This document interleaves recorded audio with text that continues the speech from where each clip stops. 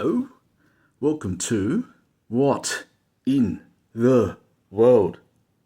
Steve. Hey, just like to have a quick, short shout out for my English teacher in Year 5, 1987. Wow, that's a blast from the past. Miss Faraker, if you ever receive this video, I'd just like to thank you for being my English teacher back in Year 5, because when I first came to your school, you sent me to the ESL class.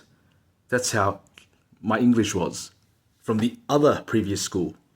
Yeah, so it wasn't long because Year 6, they sent me right back up to English. So you've done a really good job in that short time, because I saw you, I went there in Easter, and with a span of 6 or 7 months, I'm back to the normal English class. But you know what, Miss Faraker? When I got to Year 11 and 12, I got lazy. I didn't want to read too much because I like to listen and just watch. So I decided to go to contemporary English. But it was actually more fun because there was more presentations and there was more realistic stuff. I didn't want to read Hamlet and be romantic. I've been a soul for centuries. I'm old. I can't handle any more rough love in the stars. It's going to be too much for me. But anyhow, I didn't disappoint you.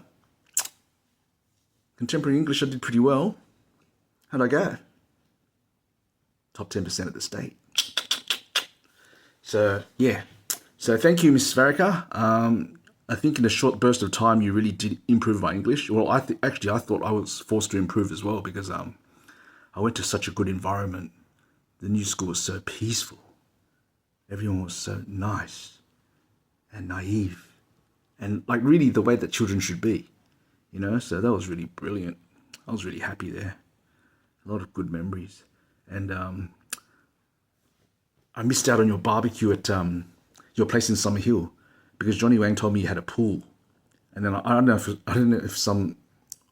told me this, but I don't know if they were exaggerating or not, but they said your pool had a shark, and I said, Miss Faraker doesn't have a shark. No way. No, she does. She owns a shark.